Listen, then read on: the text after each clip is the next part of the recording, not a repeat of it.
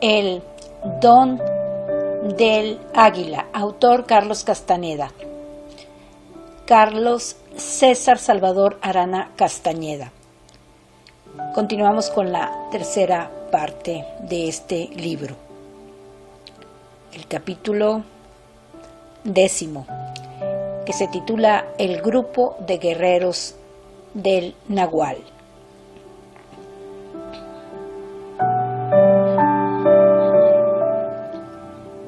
Cuando don Juan consideró que era hora de que tuviera mi primer encuentro con sus guerreros, me hizo cambiar de niveles de conciencia. En ese momento me aclaró que él no tendría nada que ver con la manera en que ellos me trataran. Me previno que si decidían golpearme, él no los iba a detener. Podían hacer lo que desearan, menos matarme. Subrayó una y otra vez que los guerreros de su grupo eran la perfecta réplica del grupo de su benefactor, salvo que algunas mujeres eran más feroces y todos los hombres eran absolutamente poderosos y sin igual. Por tanto, mi primer encuentro con ellos podría resultar como una colisión frontal.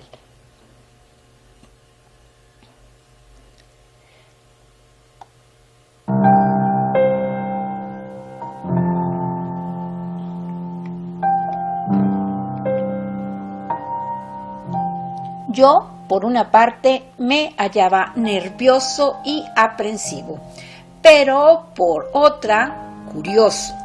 Mi mente se abrumaba con infinitas especulaciones, la mayor parte de ellas sobre cómo serían los guerreros. Don Juan me dijo que él tenía dos opciones. Una era la posibilidad de enseñarme a memorizar un elaborado ritual como habían hecho con él, y la otra era hacer el encuentro lo más casual posible. Esperó un augurio que le señalara qué alternativa tomar. Su benefactor había hecho algo semejante, solo que había insistido en que don Juan aprendiera el ritual antes de que el augurio se presentara. Cuando don Juan le reveló sus ilusiones de dormir con 4 mujeres, su benefactor lo interpretó como el augurio. Dejó a un lado el ritual y terminó negociando por la vida de don Juan.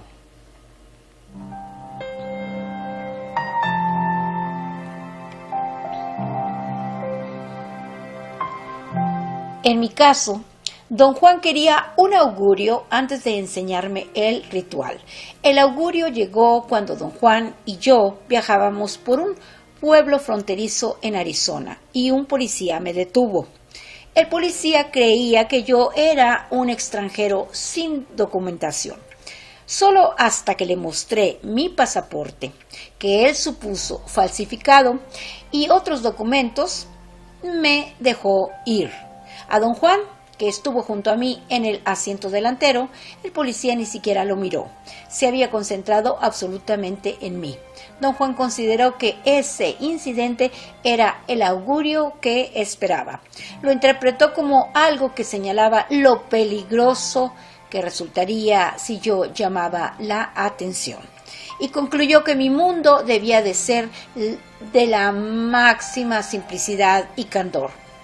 Toda pompa y rituales elaborados estarían fuera de carácter.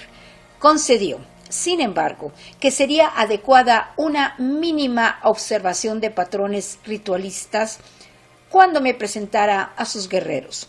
Tenía que empezar aproximándome a ellos desde el sur, porque esa es la dirección que el poder sigue en su flujo incesante. La fuerza vital fluye hacia nosotros desde el sur y nos abandona fluyendo hacia el norte. Me dijo que la única entrada al mundo del Nahual era a través del sur y que el portal se hallaba custodiado por 2 guerreras, quienes tendrían que saludarme y dejarme pasar si así lo decidían.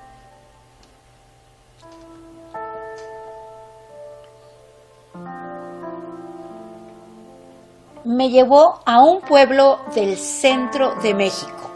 Caminamos a una casa en el campo y cuando nos acercábamos a ella desde el sur, vi a dos indias macizas de pie, enfrentándose la una a la otra a 1 metro de distancia. Se hallaban a unos 10 o 15 metros de la puerta principal de la casa, en una área donde la tierra estaba apisonada. Las dos mujeres eran extraordinariamente musculosas. Ambas tenían el pelo negrísimo y largo, juntado en una gruesa trenza. Parecían hermanas. Eran de la misma altura, del mismo peso. Calculé que debían de tener alrededor de 1,60 m de estatura y un peso de unos 70 kilos. Una de ellas era bastante oscura, casi negra, y la otra mucho más clara. Se hallaban vestidas como típicas indias del centro de México. Vestidos largos hasta el suelo, rebozos y huaraches caseros.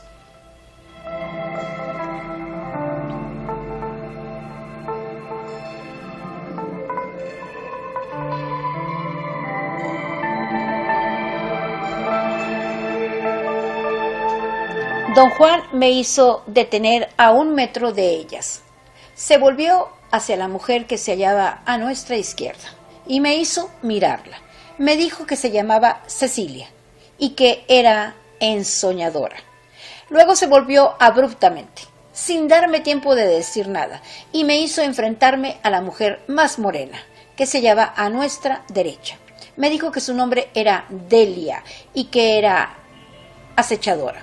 Las mujeres me saludaron con un movimiento de cabeza. Ni sonrieron, ni hicieron ningún gesto de bienvenida.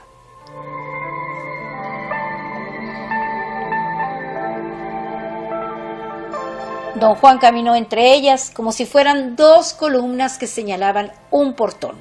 Avanzó un par de pasos y se volvió como si esperara que ellas me invitaran a pasar. Me observaron calmadamente durante unos momentos. Después Cecilia me invitó a entrar, como si yo me hallara en el umbral de una puerta verdadera. Don Juan guió el camino hacia la casa. En la puerta principal encontramos a un hombre. Era muy delgado. A primera vista era bastante joven, pero un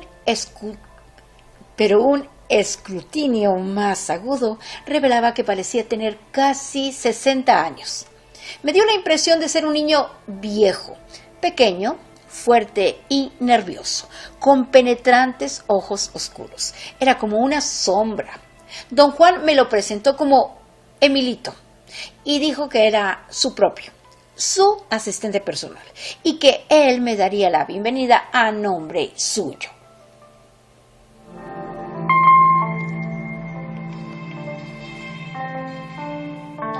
Me pareció que Emilito en verdad era el ser más apropiado para bienvenir a cualquiera. Su sonrisa era radiante, sus pequeños dientes estaban perfectamente alineados.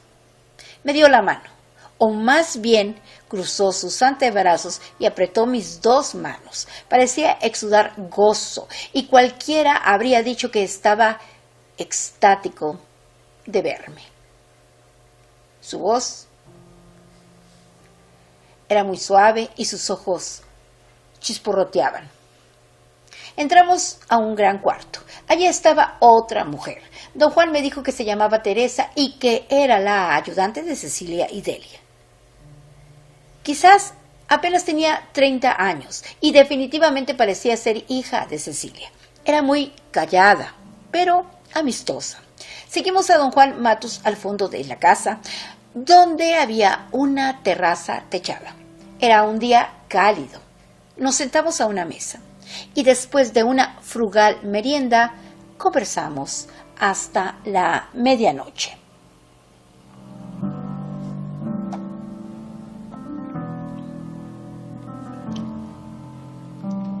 Emilito fue el anfitrión. Encantó y deleitó a todos con sus historias exóticas. Las mujeres se animaron. Eran un público magnífico. Oír su risa era un placer exquisito. En un momento, cuando Emilito dijo que ellas eran como sus dos madres y Teresa como su hija, lo alzaron al vuelo y lo echaron al aire como si fuera un niño.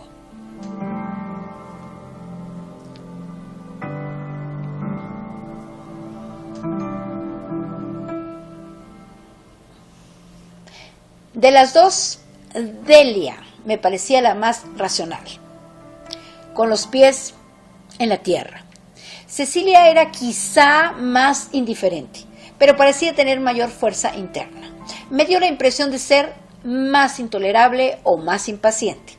Parecía irritarse con algunos de los cuentos de Emilito. No obstante, definitivamente era toda oídos cuando él contaba lo que llamaba sus cuentos de la eternidad. Cada historia era precedida por la frase: ¿sabían ustedes, queridos amigos, que...? La historia que más me impresionó trataba de unas criaturas que, según él, existían en el universo y que eran lo más próximo a seres humanos. Sin serlo, eran criaturas obsesionadas con el movimiento, capaces de percibir la más ligera fluctuación dentro o en torno de ellas. Eran tan sensitivas al movimiento que éste constituía una maldición para ellas. Algo tan terriblemente doloroso que su máxima ambición era encontrar la quietud. Emilito intercalaba entre sus cuentos de la eternidad los más terribles chistes picantes. Debido a sus increíbles dotes como narrador, me dio la impresión de que cada una de sus historias era una metáfora, una parábola, a través de la cual nos enseñaba algo.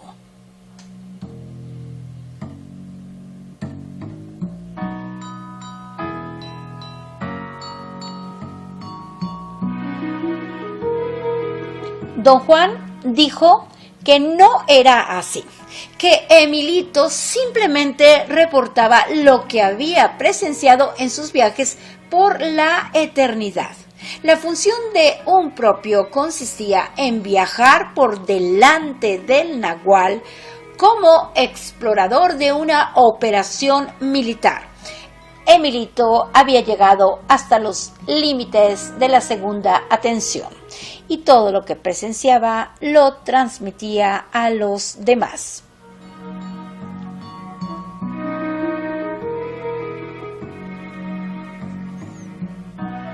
Mi segundo encuentro con los guerreros de Don Juan fue tan preparado como el primero. Un día Don Juan me hizo cambiar niveles de conciencia y me informó que yo iba a tener una segunda cita. Me hizo manejar a Zacatecas, en el norte de México. Llegamos allí muy temprano en la mañana. Don Juan me dijo que se trataba solamente de una escala y que teníamos hasta el día siguiente para descansar antes de emprender mi segundo encuentro formal con las mujeres del este y el guerrero erudito de su grupo. Me empezó a hablar entonces de un delicado e intrincado asunto de elección. Dijo que habíamos conocido al sur y al propio a media tarde, porque él había hecho una interpretación personal de la regla y había elegido esa hora para representar la noche. El sur verdaderamente era la noche, una noche cálida, propicia, agradable. Y propiamente debimos haber ido a conocer a las dos mujeres del sur después de la medianoche. Sin embargo, eso no hubiera sido buen auspicio para mí, puesto que mi dirección general era hacia la luz, hacia el optimismo, un optimismo que se desenvuelve armoniosamente y entra en el misterio de la oscuridad. Dijo que eso era precisamente lo que habíamos hecho ese día. Habíamos disfrutado nuestra reunión, conversando y riendo en la luz del día y en la total oscuridad de la noche. Me extrañó en esa ocasión por qué no encendían las lámparas.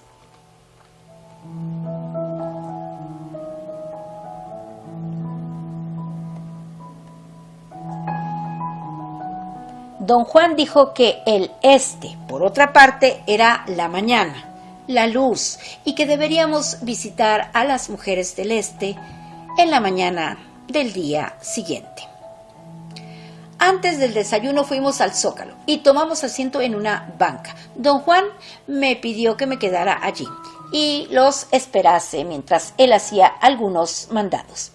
Se fue y poco después llegó una mujer y tomó asiento en el otro extremo de la banca. No le presté ninguna atención y empecé a leer un periódico. Un momento después otra mujer se le unió. Quise irme a otra banca, pero recordé que don Juan había especificado que yo debía sentarme allí. Di la espalda a las mujeres y ya me había olvidado que estaban allí, puesto que todos estábamos en perfecto silencio. Cuando un hombre la saludó y se detuvo, justo frente a mí, me di cuenta, a través de su conversación, que las mujeres lo habían estado esperando. El hombre se disculpó por su tardanza. Obviamente quería sentarse. Me deslicé un poco para hacerle espacio. Me dio las gracias profusamente y se disculpó por molestarme. Me dijo que los tres estaban absolutamente perdidos en la ciudad porque eran gente del campo, que una vez habían ido a la Ciudad de México y casi se mueren en el tráfico. Me preguntó si yo vivía en Zacatecas. Le dije que no y me disponía a concluir nuestra conversación en ese momento. Pero había algo muy cautivador en su sonrisa. Era un hombre viejo, notablemente conservado para su edad. No era indio, parecía un caballero agricultor de pueblo rural. Vestía traje y tenía puesto un sombrero de paja. Sus rasgos eran muy delicados y la piel era casi transparente. Tenía nariz perfilada, boca pequeña y una barba blanca, corta y perfectamente peinada. Se veía extraordinariamente sano y a la vez parecía frágil. Era de estatura mediana, musculoso, pero al mismo tiempo daba la impresión de ser delgado, casi débil.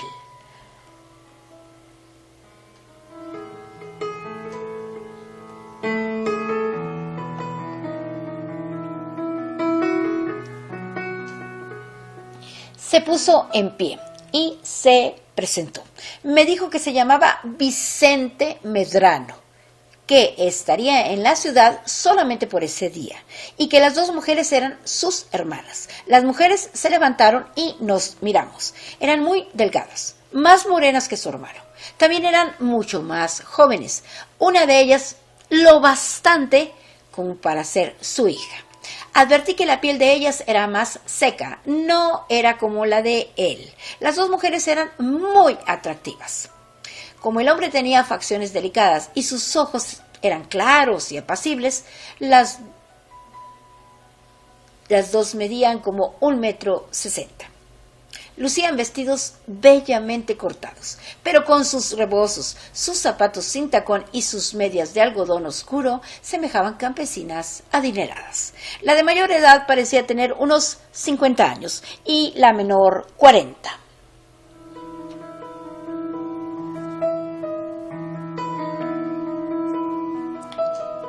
El hombre me las presentó. La mayor se llamaba Carmela y la menor Hermelinda. Me puse en pie y brevemente estreché sus manos. Les pregunté si tenían hijos. Esa pregunta, por lo general, era la manera con que yo iniciaba conversaciones. Las mujeres rieron y al unísono pasaron las manos por sus estómagos para mostrarme cuán delgadas eran. El hombre me explicó con mucha calma que sus hermanas eran solteronas y que él mismo también era un viejo solterón.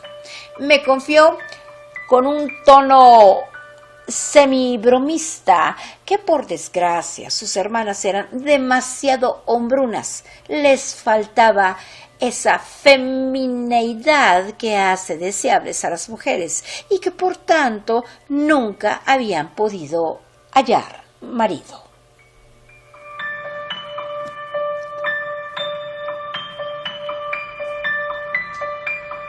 Les dije que así estaban mejor, considerando el papel subordinado de las mujeres en nuestra sociedad. Las mujeres no estuvieron de acuerdo. Dijeron que no les habría importado subordinarse si tan solo hubiesen hallado hombres que quisieran ser sus dueños. La más joven dijo que el verdadero problema era que su padre no les había enseñado a comportarse como mujeres. El hombre comentó con un suspiro que el padre era tan dominante que también a él le había impedido casarse. Los tres suspiraron y se mostraron sombríos.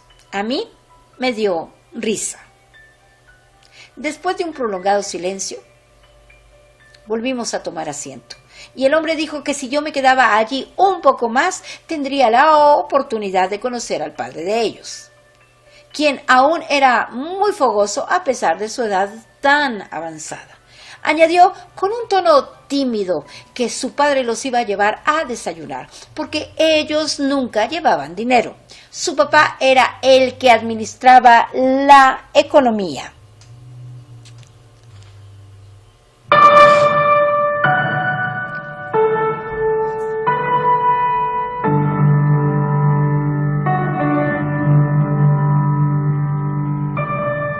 Quedé estupefacto.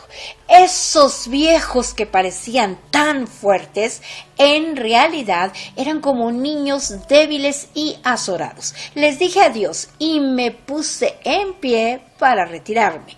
El hombre y sus hermanas insistieron en que me quedara. Me aseguraron que a su papá le encantaría que yo los acompañara a desayunar. Yo no quería conocer a su padre y a la vez tenía curiosidad. Les dije que yo también esperaba a alguien. En ese momento, las mujeres empezaron a reír con unas risas ahogadas que después se convirtieron en carcajadas estentorias. El hombre también se dejó llevar por una risa incontenible. Me sentí estúpido.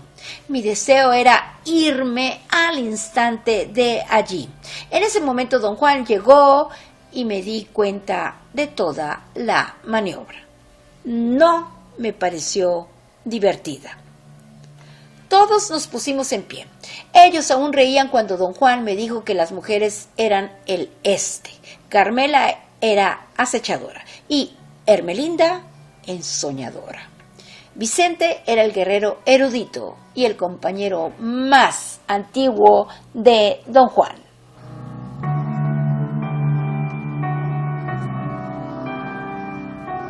Conforme nos alejábamos del zócalo, otro hombre se nos unió.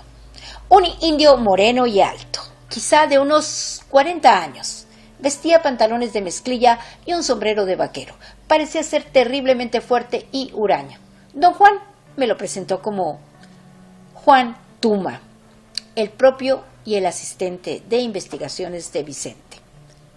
Caminamos a un restaurante que se hallaba a unas cuadras. Las mujeres me pusieron entre ellas. Carmela me dijo que esperaba que yo no me hubiera ofendido, que tuvieron la alternativa de simplemente presentarse conmigo o de jugarme una broma. Lo que los decidió en favor de embromarme fue mi actitud absolutamente snob de darles la espalda y de querer cambiarme de banca. Hermelinda agregó que uno tiene que ser completamente humilde y no cargar nada que uno no tenga que defender, ni siquiera a su propia persona. La persona de uno debe protegerse, pero no defenderse. Al desairarlos, yo no me protegía, sino que simplemente estaba defendiéndome. Me sentí belicoso. Francamente, su broma me había caído mal. Empecé a hablar de mi enojo, pero antes de que expusiera mi argumento, don Juan vino a mi lado. Dijo a las dos mujeres que perdonaran mi belicosidad que toma mucho tiempo limpiar la basura que un ser luminoso recoge en el mundo.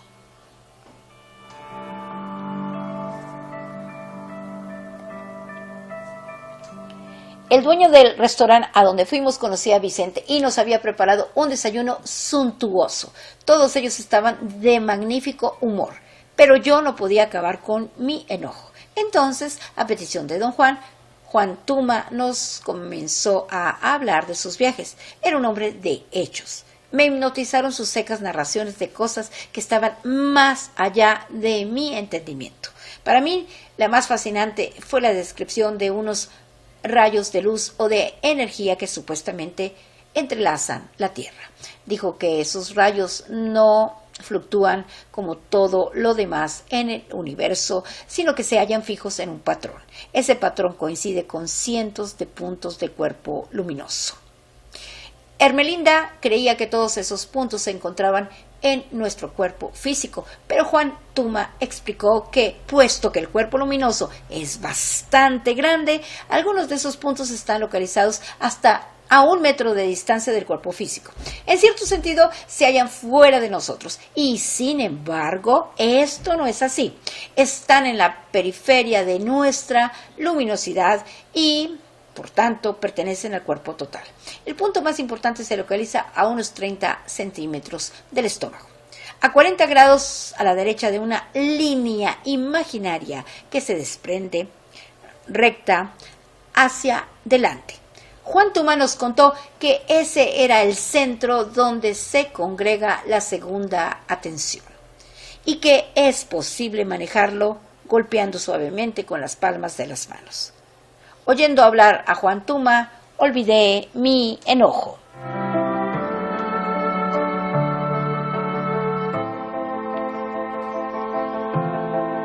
Mi siguiente encuentro con el mundo de don Juan fue con el oeste. Don Juan me dio variadas advertencias de que el primer contacto con el oeste era un evento sumamente importante, porque éste decidiría de una manera u otra lo que subsecuentemente yo debería hacer. También me puso en guardia de que iba a ser un evento difícil, especialmente para mí, que tan inflexible y tan importante me sentía. Me dijo que por lo común uno se aproxima al oeste durante el crepúsculo, un momento del día que ya en sí es difícil, y que sus guerreras del oeste eran poderosas, temerarias y enteramente exasperantes. A la vez también conocería al guerrero que era el socio anónimo. Don Juan me recomendó que ejercitara la mayor cautela y paciencia. Esas mujeres no solo estaban locas de atar, sino que ellas y el hombre eran los guerreros más poderosos que había conocido. En su opinión, los tres eran las máximas autoridades de la segunda atención.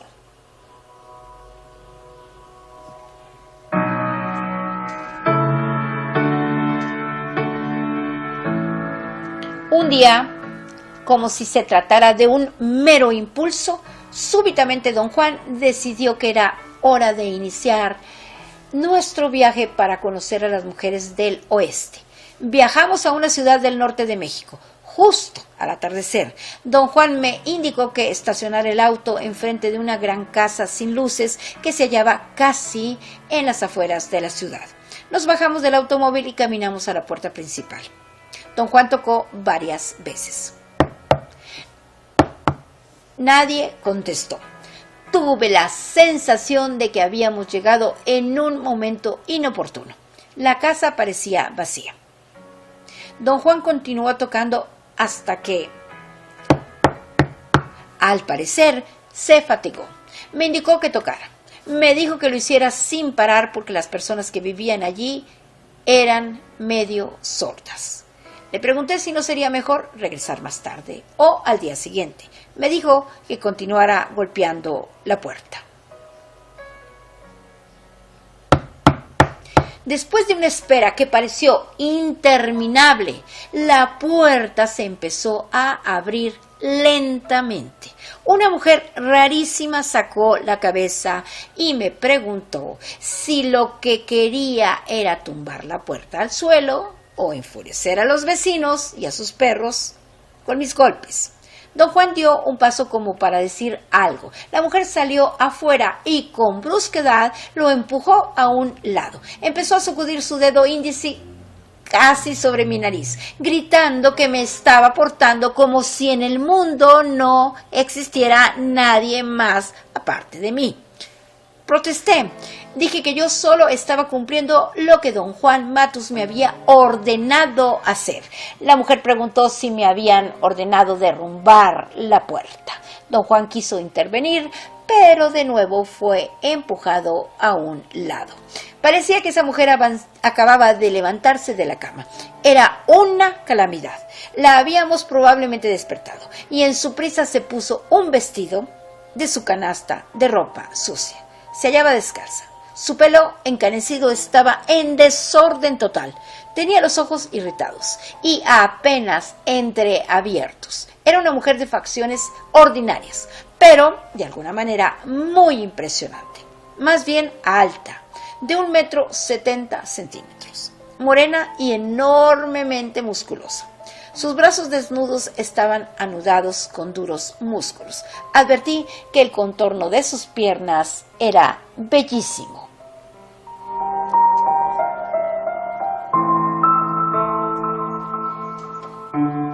Ella me miró de arriba abajo, irguiéndose por encima de mí, y gritó que no había oído mis disculpas. Don Juan me susurró que debería disculparme con voz fuerte y clara. Una vez que lo hice, la mujer sonrió y se volvió hacia don Juan y lo abrazó como si fuera un niño. Gruñó que él no debió hacerme golpear la puerta porque mi contacto era demasiado furtivo y perturbador. Tomó a don Juan del brazo, lo condujo al interior y lo ayudó a cruzar la puerta, que por cierto tenía un pie muy alto. Lo llamaba queridísimo viejecillo. Don Juan se rió. Yo me hallaba asombrado viéndolo comportarse como si le fascinaran las absurdidades de esa temible mujer.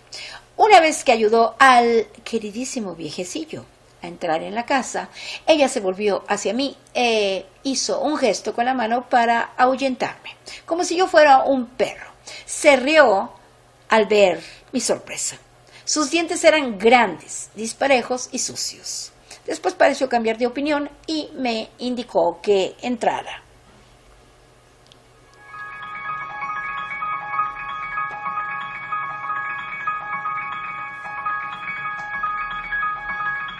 Don Juan se dirigía a una puerta que yo difícilmente podía distinguir al final de un oscuro pasillo. La mujer lo regañó por ignorar hacia dónde se dirigía. Nos condujo por otro pasillo oscuro. La casa parecía inmensa y no había una sola luz en ella. La mujer abrió una puerta que conducía a un cuarto muy grande, casi vacío, a excepción de 2 viejas sillas en el centro, bajo el foco más débil que jamás he visto. Era un foco alargado, antiguo. Otra mujer se hallaba sentada en uno de los sillones. La primera mujer tomó asiento en un pequeño petate y reclinó su espalda contra la otra silla. Después colocó sus muslos contra los senos, descubriéndose por completo. No usaba ropa interior. La contemplé, estupefacto.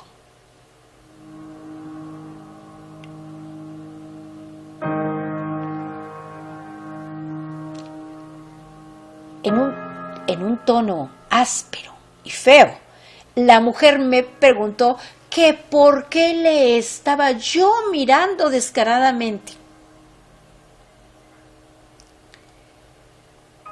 Su cuerpo. No supe qué decir y solo lo negué. Ella se levantó y pareció estar a punto de golpearme. Exigió que confesara que me había quedado con la boca abierta ante ella porque nunca había visto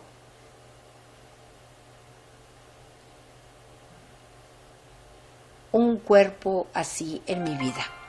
Me aterré, me hallaba completamente avergonzado y luego me sentí irritado por haberme dejado atrapar en tal situación. La mujer le preguntó a don Juan qué tipo de nahual era yo, que nunca había visto el órgano reproductor de una mujer. Empezó a repetir esto una y otra vez. gritándolo a todo pulmón.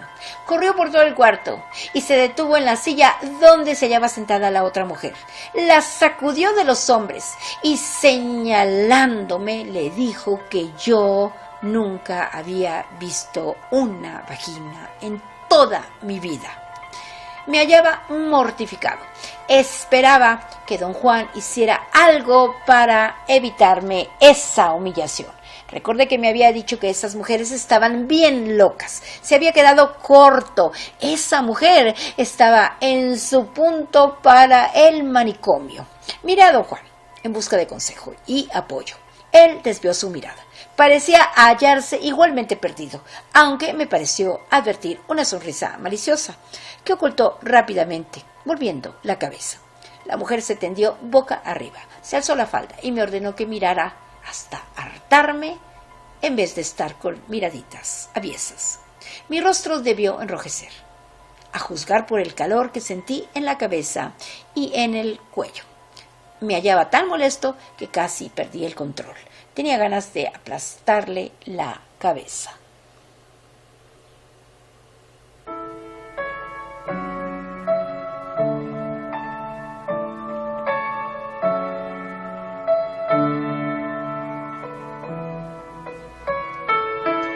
La mujer que se hallaba en la silla repentinamente se puso en pie y tomó del pelo a la otra. La hizo levantarse con un solo movimiento, al parecer sin ningún esfuerzo.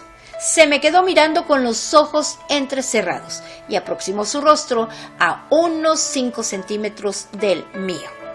Su olor era sorprendentemente fresco. Con una voz muy chillante dijo que deberíamos acabar con lo que empezamos. Las dos mujeres quedaron muy cerca de mí bajo el foco. No se parecían. La segunda era de mayor edad, o daba esa impresión. Su cara se hallaba cubierta por una densa capa de polvo cosmético que le daba una apariencia de bufón. Su cabello estaba arreglado en un moño. Parecía muy serena, salvo un continuo temblor en el labio inferior y la barbilla. Las dos eran igualmente altas y fuertes en apariencia. Ambas se irguieron amenazadoras sobre mí y me observaron un rato largo. Don Juan no hizo nada por romper su fijeza. La mujer de más edad asintió con la cabeza y don Juan me dijo que se llamaba Zuleika y que era ensoñadora. La mujer que había abierto la puerta se llamaba Zoila y era acechadora. Es decir, que Zuleika era ensoñadora y Zoila era acechadora. Zuleika se volvió hacia mí y con voz de loro me preguntó si en verdad nunca había visto una vagina.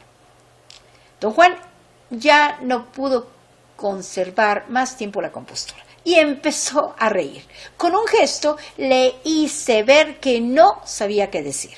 Me susurró en el oído que lo mejor sería decir que no, de otra manera tendría que describir una vagina, porque eso me exigiría después Zuleika. Respondí como don Juan me indicó y Zuleika comentó que sentía lástima por mí y luego ordenó a Zoila que me enseñara su vagina. Zoila se tendió boca arriba bajo el foco y abrió los muslos. Don Juan reía y tosía. Le supliqué que me sacara de ese manicomio. De nuevo me susurró en el oído que lo que debía hacer era mirar bien y mostrarme atento e interesado, porque si no tendríamos que quedarnos allí hasta el día del juicio.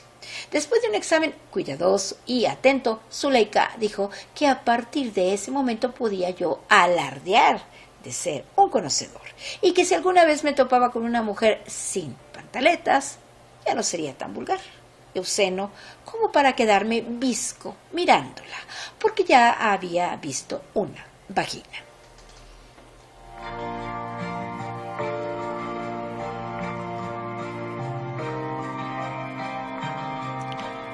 Caminando muy despacio, Zuleika nos condujo al patio. Me susurró que allí se hallaba alguien esperando conocerme. El patio estaba en completas tinieblas. A duras penas podía distinguir las siluetas de los otros. Entonces vi el oscuro contorno de un hombre que se hallaba a unos cuantos metros de mí. Mi cuerpo experimentó una sacudida involuntaria. Don Juan le habló a ese hombre con una voz muy baja y dijo que me había llevado con él para que lo conociera. Le dijo cómo me llamaba. Después de un momento de silencio, don Juan me dijo que el hombre se llamaba Silvio Manuel, que era el guerrero de la oscuridad y el verdadero jefe de todo el grupo de guerreros. Después Silvio Manuel me habló. Me dio la impresión de que tenía un desorden en el habla. Su voz era amortiguada y las palabras le salían como suaves estallidos de tos. Me ordenó que me acercara. Cuando traté de aproximarme, él retrocedió, exactamente como si flotara. Me llevó a un receso aún más oscuro del pasillo, caminando, o eso parecía, hacia atrás y sin ruido. Murmuró algo que no pude comprender. Quise hablar, pero la garganta me picaba y estaba reseca. Me repitió algo 2 o 3 veces hasta que comprendí que me estaba ordenando que me desnudara. Había algo abrumador en su voz y en la oscuridad que lo envolvía. No pude desobedecer. Me quité la ropa y quedé desnudo, temblando de temor y de frío.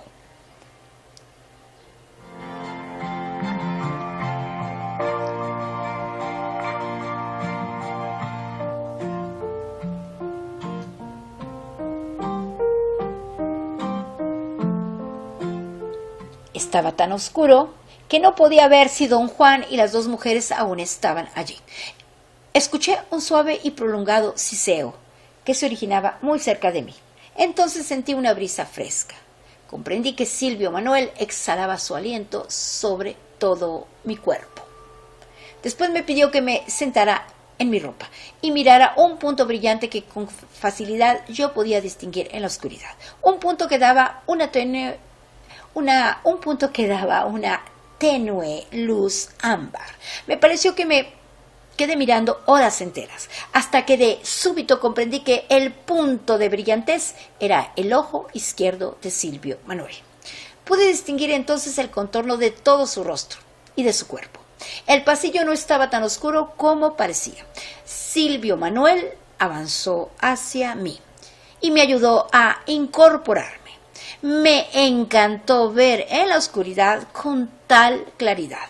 Ni siquiera me importaba estar desnudo o que, como entonces advertí, las mujeres me miraran.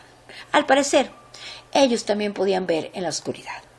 Me observaban. Quise ponerme el pantalón, pero Zoila me lo arrebató de las manos.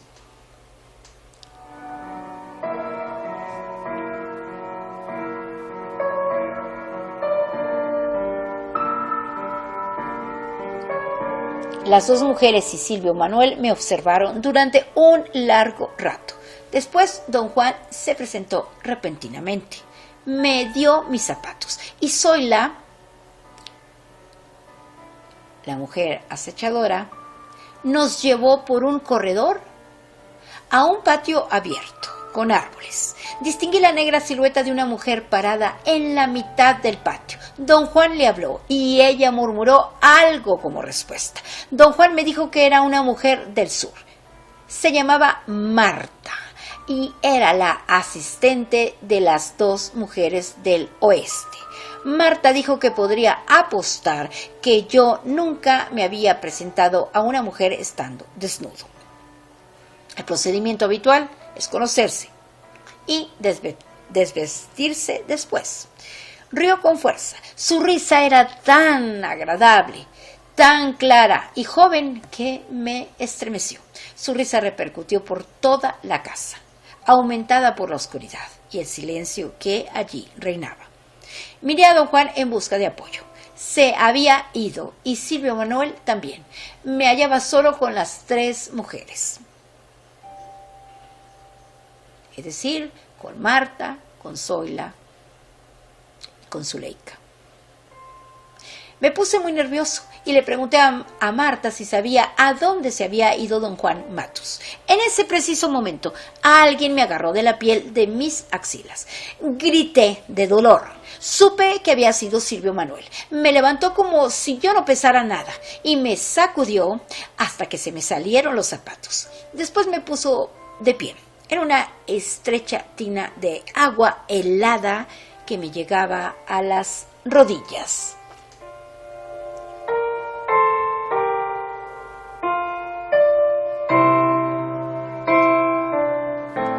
Me quedé en la tina durante un rato largo, mientras todos me escrutaban. Después Silvio Manuel volvió a levantarme, me sacó del agua y me colocó junto a mis zapatos, que diligentemente alguien había puesto al lado de la tina. Don Juan de nuevo apareció y me dio mi ropa. Me susurró que debía de ponérmela y que lo cortés era quedarse conversando por un rato. Marta me dio una toalla para que me secara. Busqué a las otras dos mujeres y a Silvio Manuel, pero no aparecían por ningún sitio. Marta, don Juan y yo permanecimos en la oscuridad conversando un largo rato. Ella parecía dirigirse principalmente a don Juan, pero creí que yo era su verdadero público. Esperé una indicación de don Juan Matus para que nos marcháramos, pero él parecía disfrutar la ágil conversación de Marta. Nos dijo que ese día Zoila y Zuleika habían estado en la cumbre de la locura. Añadió luego, en beneficio mío, que las dos eran extraordinariamente racionales la mayor parte del tiempo. Como si revelara un secreto, Marta nos contó que el cabello de Zoila, es decir, la mujer acechadora, estaba tan despeinado porque cuando menos un tercio de este era pelo de Zuleika, que es la mujer ensoñadora. Las dos habían tenido un momento de intensa camaradería y se ayudaron mutuamente a peinarse el pelo. Zuleika trenzó el pelo de Zoila como lo había hecho cientos de veces, salvo que, como estaba fuera de control, anudó parte de su propio cabello con el de Zoila. Marta dijo que al levantarse de las sillas hubo una conmoción. Ella corrió al rescate, pero cuando entró en el cuarto, Zuleika ya había tomado la iniciativa y se hallaba más lúcida que Zoila. Decidió cortar la parte del pelo de Zoila que había trenzado con el suyo. En el desorden que vino después, Zuleika se confundió y acabó cortando su propio pelo. Don Juan reía como si fuera lo más chistoso que hubiera oído en su vida. Escuché suaves explosiones de risa que parecían tos y que provenían de la oscuridad del lado opuesto del patio. Marta añadió que había tenido que improvisarle un moño hasta que le creciera el pelo a Zuleika. Reí con don Juan. Marta me caía muy simpática. En cambio, las otras dos mujeres me daban asco. Marta, por el contrario, parecía un parangón de calma y de voluntad férrea. No podía ver sus rasgos, pero la imaginé muy hermosa. El sonido de su voz era cautivante.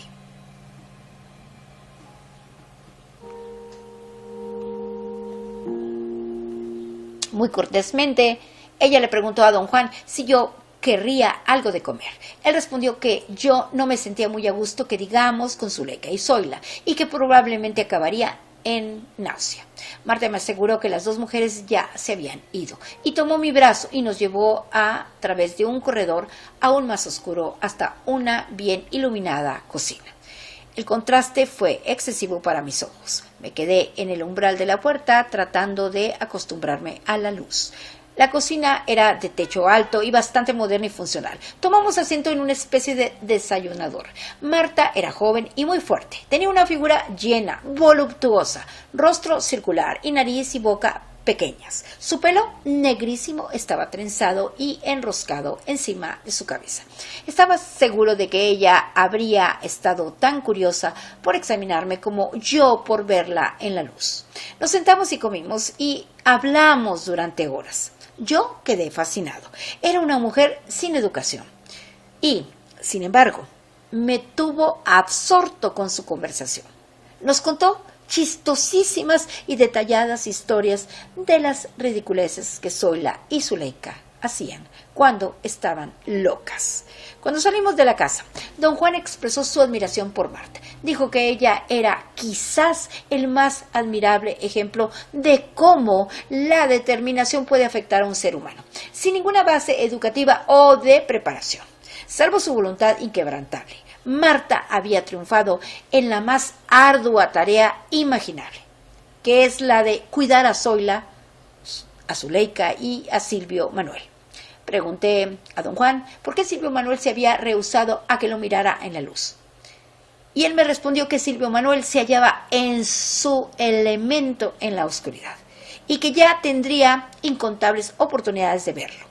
Durante nuestro primer encuentro, no obstante, era obligatorio que él se conservara dentro de los linderos de su poder, la oscuridad de la noche. Silvio Manuel y las dos mujeres vivían juntos porque formaban un equipo de brujos formidables. Don Juan me recomendó que no me formara juicios apresurados de las dos mujeres del oeste. Yo las había conocido en un momento en que estaban fuera de control, pero esa ausencia de control solo tenía que ver con la conducta superficial. Las dos tenían un centro interno que era inalterable. Por tanto, hasta en los momentos de peor locura, podían reírse de sus propias aberraciones, como si se tratara de una representación puesta en escena por otras personas.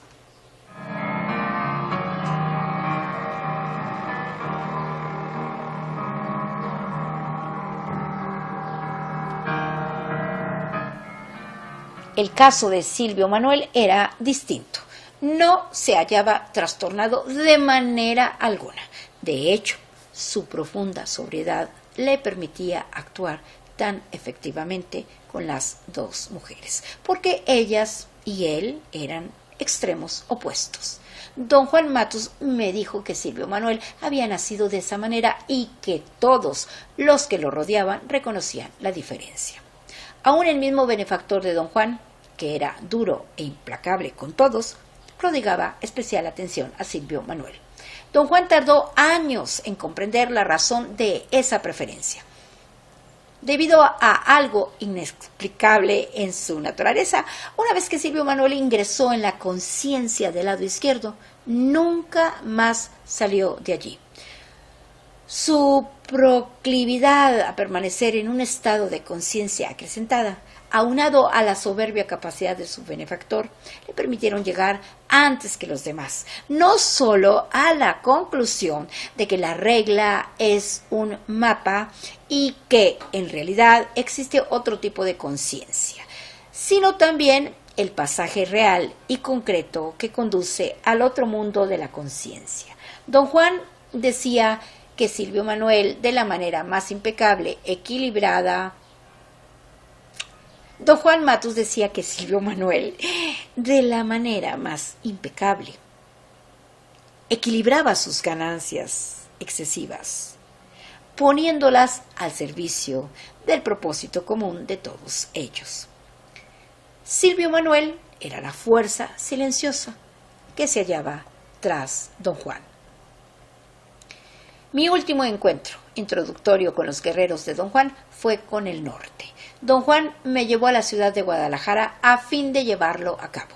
Me dijo que nuestra cita era a solo una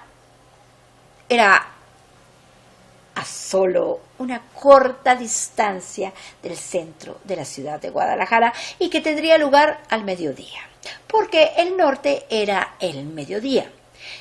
Dejamos el hotel a las 11 de la mañana y nos paseamos tranquilamente por la zona del centro.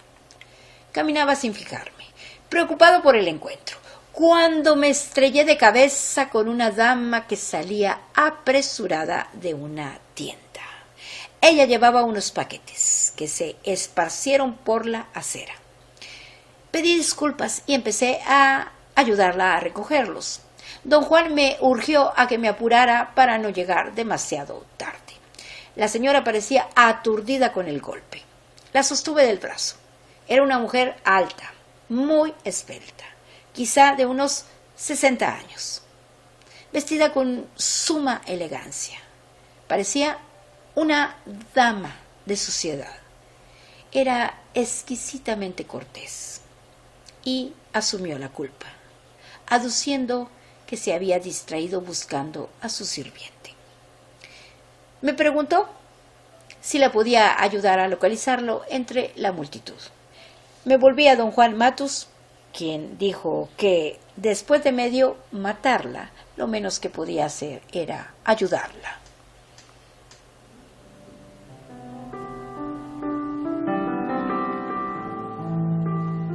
Tomé los paquetes y regresamos a la tienda. A corta distancia localicé a un indio de aire desamparado que parecía estar absolutamente fuera de sitio allí. La señora lo llamó y él fue a su lado casi como un perrito extraviado. Parecía que estaba a punto de lamerle la mano. Don Juan nos esperaba afuera de la tienda.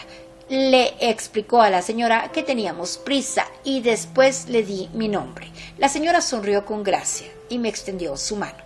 Pensé que en su juventud debió haber sido arrebatadora, pues aún se conservaba hermosa y cautivante.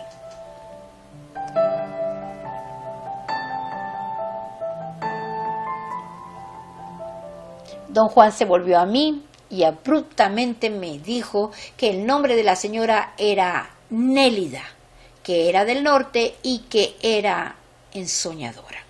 Después me hizo volverme hacia el sirviente y me dijo que se llamaba Genaro Flores y que él era el hombre de acción, el guerrero de las hazañas del grupo.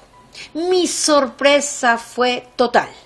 Los tres soltaron una carcajada y mientras más crecía mi consternación, más disfrutaban ellos.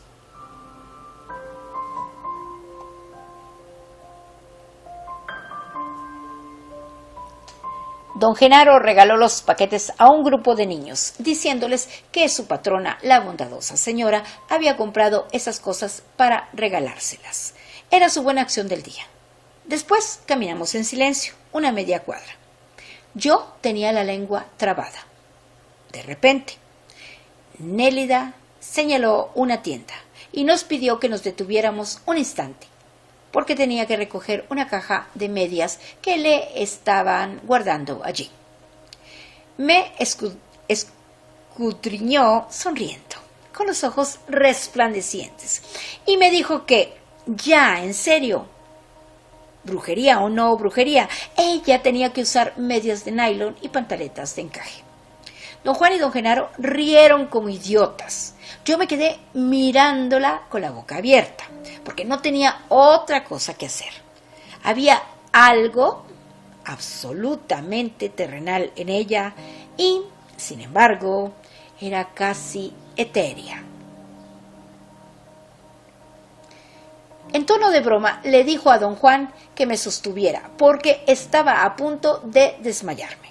Después cortésmente le pidió a don Genaro Flores que fuera corriendo adentro y que me recogiera el paquete.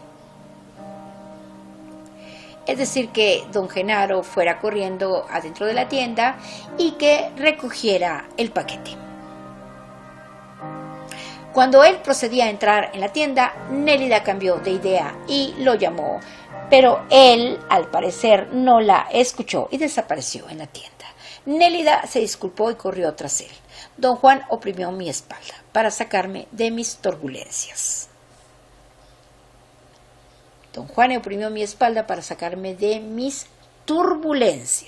Me dijo que iba a conocer a la otra mujer del norte, cuyo nombre era Florinda, por mi propia cuenta y en otra ocasión, porque ella sería mi enlace con otro ciclo, con otro estado de ser. Describió a Florinda como una copia al carbón de Nélida o viceversa. Observé que Nélida era tan sofisticada y de tan buen gusto que la podía imaginar en una revista de modas.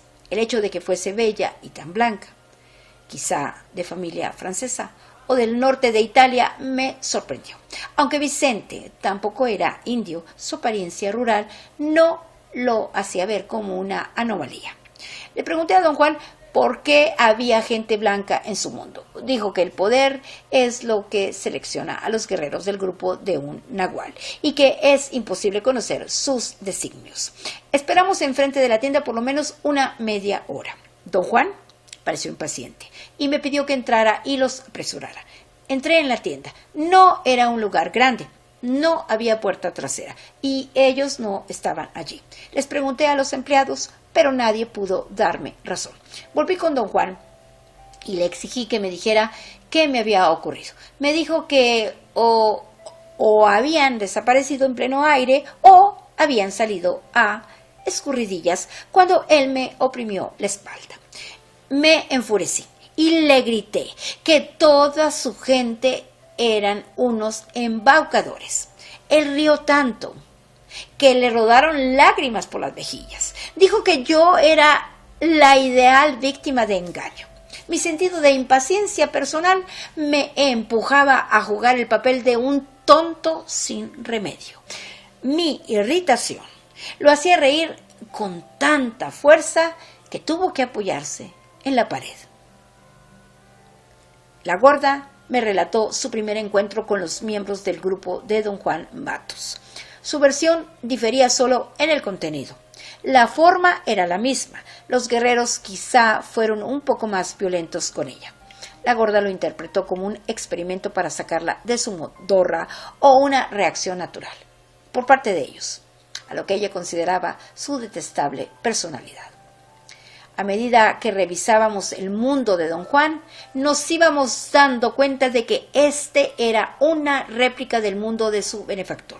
Se podía ver que consistía o de grupos o de casas. Había un grupo de 4 pares independientes de mujeres que parecían hermanas y que trabajaban y vivían juntas. Otro grupo estaba compuesto por don Juan y 3 hombres de la edad de don Juan y muy allegados a él. Un par de mujeres del sur, más jóvenes que las demás, que parecían tener lazos de parentesco entre ellas, Marta y Teresa, y finalmente un par de hombres menores que don Juan, los propios Emilito y Juan Tuma, pero también parecían consistir en 4 casas aparte, localizadas muy lejos la una de la otra, en distintas zonas de México. Una se hallaba compuesta por las 2 mujeres del oeste, que son Zuleika y Zoila. Zuleika la ensoñadora y Zoila la acechadora. También por Silvio Manuel y por Marta. La siguiente estaba formada por las 2 mujeres del sur, Cecilia y Delia. Emilito, que era el propio de don Juan, y Teresa. Otra casa estaba hecha por Carmela y Hermelinda. Las mujeres del oeste, Vicente y el propio Juan Tuma. Y por último, la de las mujeres del norte, que son Nélida y Florinda, y también don Genaro Flores.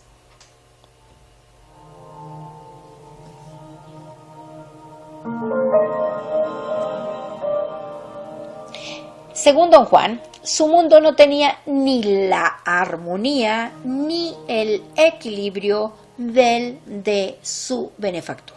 Las 2 únicas mujeres que se equilibraban completamente la una a la otra y que parecían gemelas idénticas eran las guerreras del norte, Nélida y Florinda. Una vez Nélida me dijo que las 2 eran tan parecidas que incluso tenían el mismo tipo sanguíneo. Para mí, una de las sorpresas más agradables fue la transformación de Zuleika y Zoila, quienes habían sido tan repugnantes. Resultaron ser, como había dicho don Juan, las guerreras más sobrias que se pudiera imaginar. No lo podía creer cuando las vi por segunda vez. El ataque de locura había pasado y ahora asemejaban 2 señoras bien vestidas, altas, morenas y musculosas, con brillantes ojos oscuros como pedazos de resplandeciente obsidiana negra. Rieron y bromearon conmigo por lo que ocurrió la noche de nuestro primer encuentro, como si otras personas y no ellas hubieran tomado parte en él. Puede comprenderse fácilmente el tumulto emocional de don Juan Matus causado por las guerreras del oeste del grupo de su benefactor. Para mí también era imposible aceptar que Zuleika y Zoila pudiesen transformarse en criaturas repugnantes y detestables. Me tocó la oportunidad de presenciar esa metamorfosis en varias ocasiones. Felizmente, nunca pude juzgarlas tan ásperamente como lo hice en el primer encuentro. Más que nada, sus excesos me causaban tristeza. Pero la sorpresa más grande me la deparó Silvio Manuel. En la oscuridad de nuestro primer encuentro lo imaginé como un hombre imponente, un gigante avasallador. En realidad era pequeño, pero no frágilmente pequeño. Su cuerpo era como el de un jinete de carreras, un jockey, pequeño, pero perfectamente proporcionado. Me pareció que hubiera podido ser un gimnasta. Su control físico era tan notable que podía inflarse, como si fuera un sapo, hasta casi el doble de su tamaño, expandiendo todos los músculos del cuerpo. Daba asombrosas demostraciones de cómo podía descoyuntar sus miembros y reacomodarlos nuevamente sin ninguna manifestación de dolor. Al mirar a Silvio Manuel, siempre experimenté un profundo, desconocido sentimiento de temor.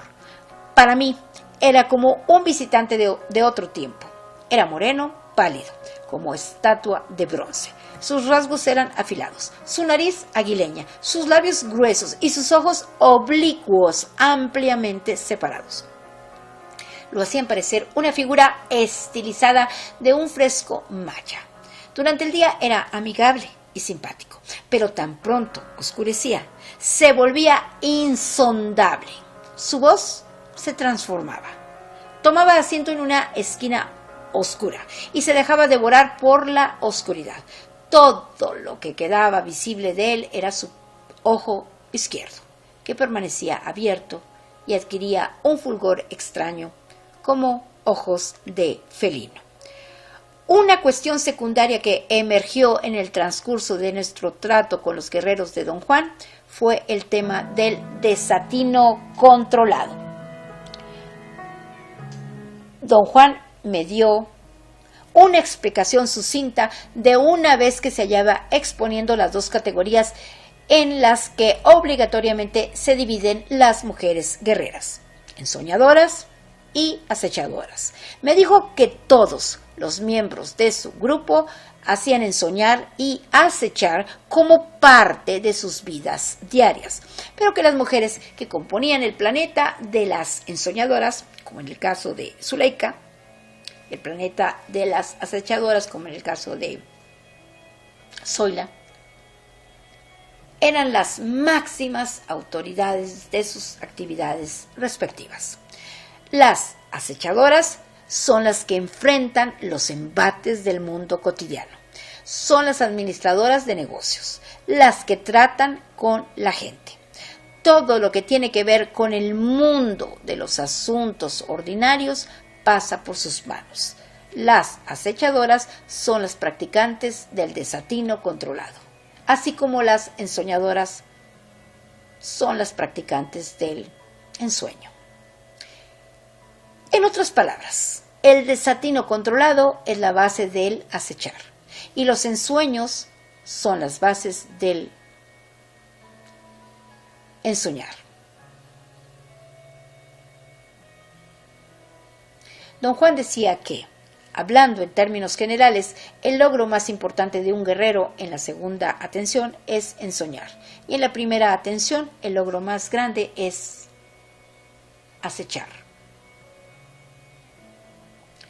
Yo malentendí lo que los guerreros de Don Juan hicieron conmigo en nuestros primeros encuentros. Tomé sus actos como ejemplos de engaño y falsedad. Y esa sería mi impresión hasta la fecha, de no haber sido por la idea del desatino controlado. Don Juan me dijo que los actos de esos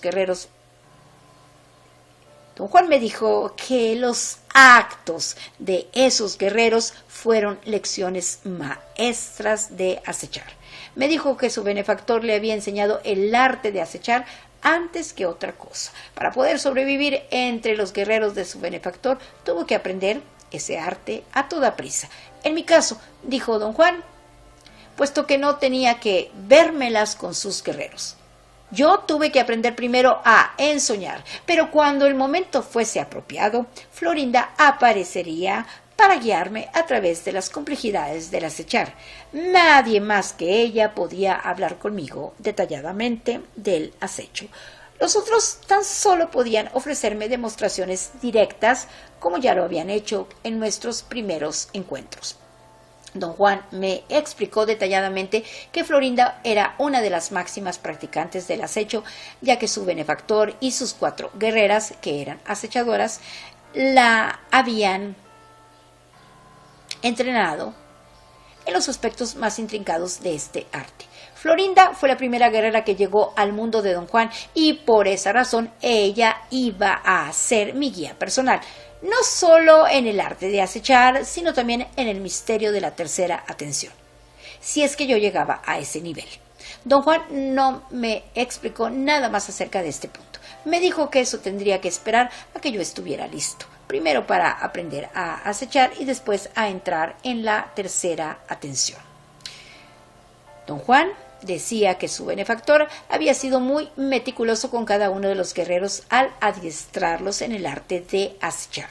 Utilizó toda clase de estratagemas a fin de crear un contrapunto entre los dictados de la regla y la conducta de los guerreros en el mundo cotidiano. Creía que esa era la mejor forma de convencerlos de que la única manera que disponen para tratar con el medio social es en términos del desatino controlado. A medida que desarrollaba sus estratagemas, el benefactor de Don Juan ponía a la gente y a los guerreros frente a los mandatos de la regla y dejaba que el drama natural se desenvolviese por sí mismo. La insensatez de la gente tomaba la delantera y por un momento arrastraba con ella a los guerreros, como parece ser lo natural, pero siempre será vencida por los designios más abarcantes de la regla. Don Juan Matus nos dijo que en un principio se sintió profundamente agraviado por el control que su benefactor ejercía sobre sus guerreros. Incluso se lo echó en cara. Su benefactor no se inmutó. Sostuvo que su control era tan solo una ilusión que el águila creaba. Él solamente era un guerrero impecable y sus actos representaban un humilde intento de reflejar al águila. Don Juan decía que el impulso con el cual su benefactor llevaba a cabo sus estratagemas se originaba en su cabeza, de que el águila era real y final, y en su certeza de que lo que la gente hace es un desatino absoluto. Esas dos convicciones daban origen al desatino controlado, que el benefactor de Don Juan describía como el único puente que existe entre la insensatez de la gente y la finalidad de los dictados del águila.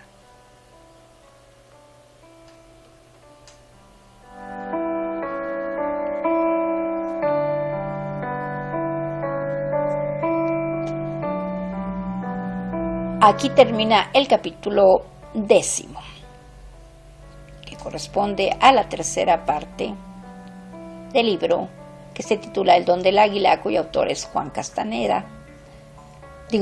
Cuyo autor es Carlos Castaneda, cuyo nombre verdadero era Carlos César Salvador Arana Castañeda, y que nació en Perú, pero después se nacionalizó estadounidense. Es decir, que vivió en los Estados Unidos de Norteamérica.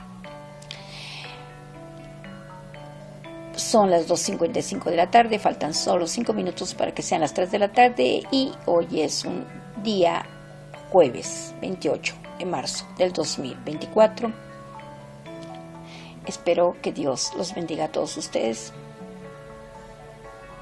y que todo les vaya bonito, o al menos traten de estar bien.